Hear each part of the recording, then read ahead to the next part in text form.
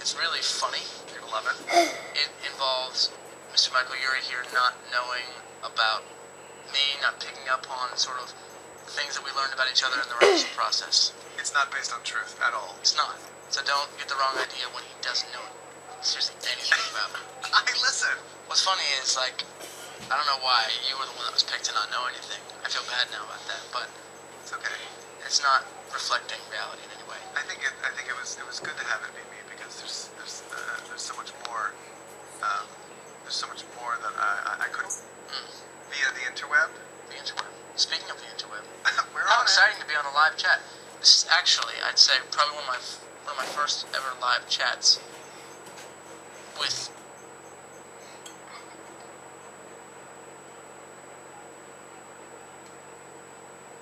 people other than my brothers Kevin and Joe. Kevin and Joe. That's their names. That's a little inside joke for the video. You're gonna see. Kevin and Joe. But Michael and I have been in rehearsals the last 3 weeks. We have been absolutely just working our butts off, trying to get the dancing together and the singing and the acting, all the Having different a elements. lot of fun. Yeah, having a lot of fun. It's Sorry. a very interesting. Well, I didn't mean to just say we're working really hard. We're working really hard. we are working hard, and it is very hard work. How are you finding it? What's been your vibe so far? Well, I am having a great time. This is for the first time I've ever done a musical. You're doing a fantastic job. Oh, thank you. Well, thank you. That means a lot. Because actually, it's been great to be working with you because you have done musicals, and a lot of this is very much second nature to you, or seems that way. You may be working your butt off at home, but I've had a bit of a learning curve. Sort of like, I've never done any kind of dancing before in my life, really, except for like a little bit of ballroom school. And so it's sort of like learning how to act in another language. Yeah, yeah. In a small way. I hear you. Yeah. It is a sort of crazy thing, like with the musical theater aspect of things, and it was a thing that we had to sort of discover in each of our different characters, obviously, but the relationship with the audience in a Broadway show or in a musical, because in plays and in other areas where you involve acting into sort of a theater setting where there is an audience, you don't really break the fourth wall. Right. And with this show, we do it quite a bit. And with musical theater in general, it's kind of a rule that you're allowed to, and it's more that it's just in your head, and not that you're looking at the audience. Yes, and that's something that because I was doing a play right before we started this, and in that play we did break the fourth wall, and the audience sat on three sides, so they were everywhere. So it was very different. There wasn't the separation from the audience like we have in Hirschfeld. It was this all-encompassing thing. So to turn to the audience was sort of like turning to the person next to you. Totally. And so when I started working on this, I had to really change my understanding of what that was, because I cheat out constantly during the show, cheat out to the audience, but I'm not necessarily talking to them. With you, actually do have a relationship with the audience, your character, I should say. It's almost like all those people are inside of my head. Yes. My tiny little head here. Because there's so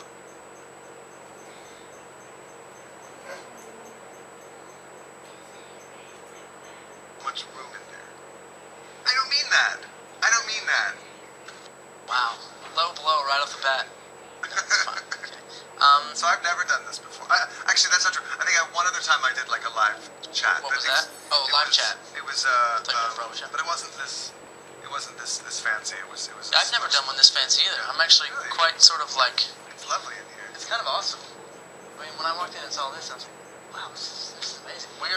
I probably shouldn't just say where we are, but we're somewhere, and they have really fancy equipment for this live chat, and we're very thankful that we're able to use this. Beautiful. I love the way that the show looks. Oh, it's so great. Yeah. The whole aesthetic of the show is. That was one thing I was seeing on comments from the video that was released from our dress rehearsal. Yeah. A lot of people were saying, "Oh, I love the costumes for the show," and it actually is probably one of my favorite elements of the show. Is the colors and the costumes.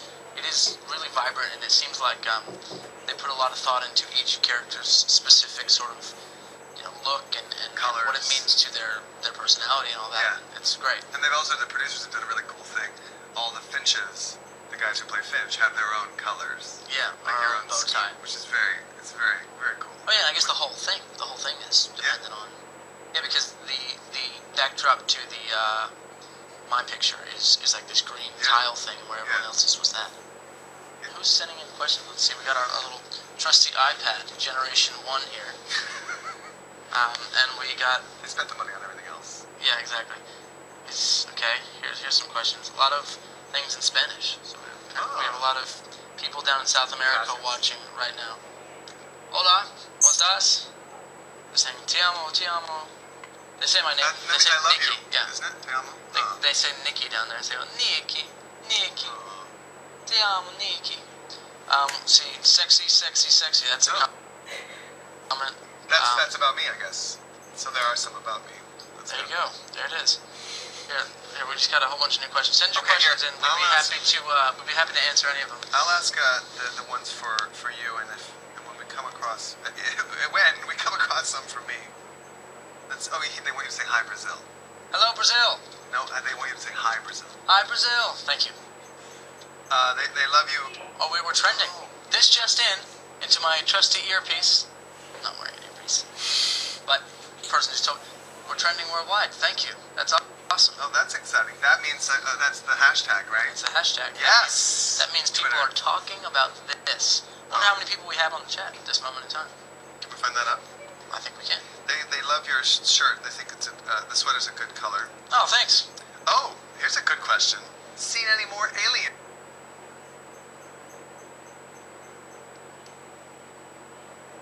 lately?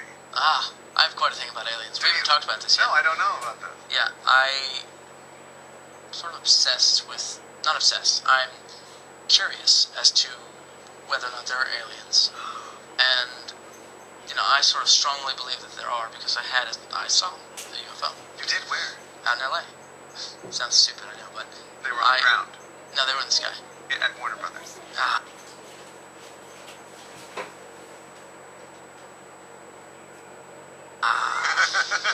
that's what everybody says. But I was basically out in my backyard at my house in LA. This was probably like 4 or 5 years ago, playing basketball, and so I look up in the sky, and I see like these 3 flying saucers. And that's pretty insane. And I said to my buddy, I was like, is that are you seeing what I'm seeing? He said, yeah, I am. And that was our experience. What? And then we went online and Googled it, and there was two other sightings exactly like the one that we saw in Canada and then in Las Vegas 2 weeks earlier. Crazy. Yeah, it was pretty nuts. Wow. Have you ever had any alien experiences? No, I have not. But you're not the only person I've met who has. Really? I have met other people who thought they'd seen. I've never met anyone who had any doubts. Tell us the story. Let's hear it. I never met anyone who had been abducted or anything like that. Yeah. I know people who said that they had seen UFOs, but never insane this thought when you clearly. really take a minute. Daytime. Think about in the daytime. In daylight, broad daylight. Yeah. Take me to think about aliens and the fact that we can see other planets and all of these other different galaxies and everything, and to think that there isn't aliens is crazy to me. I don't know. You think there must be? I think there must be. There must be other life somewhere. Yeah. Somebody wrote they love it when you say things about aliens.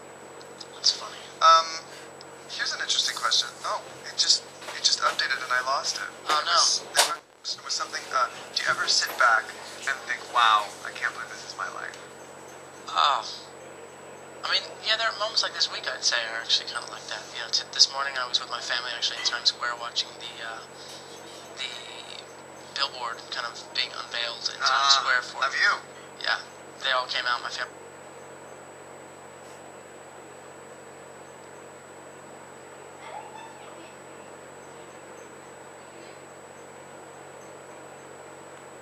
Came out and watched it with me, which was amazing. And so that was a moment I was like, this is insane. And then just... Did you get a picture of yourself with yourself? I did. That's good. I tweeted it. But I think, like tomorrow night, for instance, I'll have that moment where I'll go, wow. Yeah. But I mean, the same must apply for you. You must be in that moment right now. Just certainly. Like, I mean, tell me, we haven't spoken about it, but tell me what was your sort of journey like? Obviously, it was sort of the thing that all made us aware of you and a fan of you. And what was the journey like throughout that? Well, I went to drama school in New York. I went to Juilliard and studied. Small school. You may have heard of it. Oh, sorry. Which is mostly like classical theater. So I learned how to do Shakespeare and that's things like awesome. that. And then when I got out of school, I did mostly that. I did for several years. I would travel around the country and work at different theaters, doing theater and plays and Shakespeare and classics and things like that. And I sort of fell into Ugly Betty almost by accident. I mean, not really. I was definitely seeking out work on television and things like that. But when Ugly Betty came along, it was definitely a big break for me. Yeah. And my part in the original pilot episode was only supposed to last with one episode. Oh, and I was Vanessa Williams' assistant, Wilhelmina's assistant.